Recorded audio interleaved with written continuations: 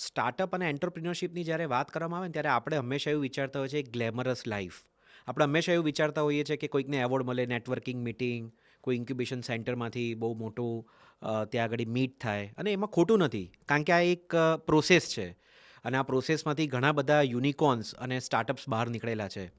પણ જ્યારે એન્ટરપ્રિન્યોરશિપની વાત થાય ત્યારે એકેડેમિક્સમાંથી કોઈકે એન્ટરપ્રિન્યોરશિપમાં પોતાની જર્ની સ્ટાર્ટ કરી હોય, જેઓ યુથ ડેવલપમેન્ટ એક્ટિવિટીમાં, માર્જિનલ કમ્યુનિટીઝને અપલિફ્ટ કરવા માટે, વુમેન એમ્પાવરમેન્ટમાં, પર્સન વિથ ડિસેબિલિટીમાં કોઈ કાર્યરત હોય, તો આજે આપણે એક એવા વ્યક્તિની વાત કરવા જઈ રહ્યા છે કે જેઓની જર્ની મેં જોયેલી છે. આઈ વિટનેસ્ડ હર જર્ની.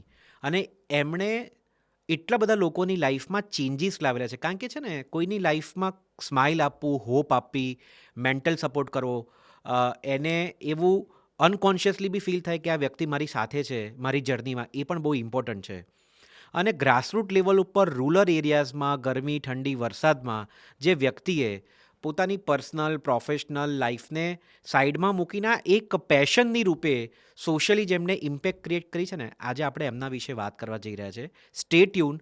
બહુ જબરજસ્ત પોડકાસ્ટ બનવા જઈ રહ્યું છે, જ્યાં એડિટિંગ થશે ને એ તમારી લાઈફ અને તમારી સ્કિલ, તમારી પ્રોફેશનલ જર્ની, એ બધા જમાં તમને બહુ જ યુઝફુલ રહેશે. That is I am very sure. Thank you so much.